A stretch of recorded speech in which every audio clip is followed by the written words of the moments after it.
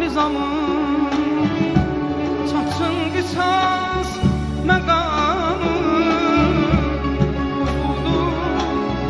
hak nizamın çatsın qisas məqamı bu xalqın intiqamı qiyamətə qalmasın.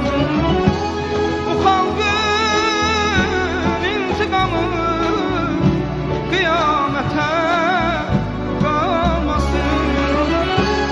O bağlardan bal səsi, əllərdən azan səsi, dillərdən əzan səsi bir gün əksik olmasın.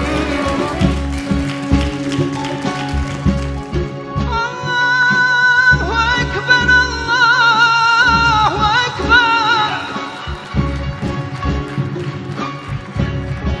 Allahu Ekber,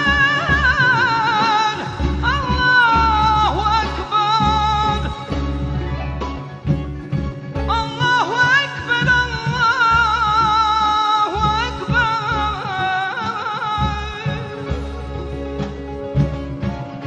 Eşhedü en la ilahe illallah.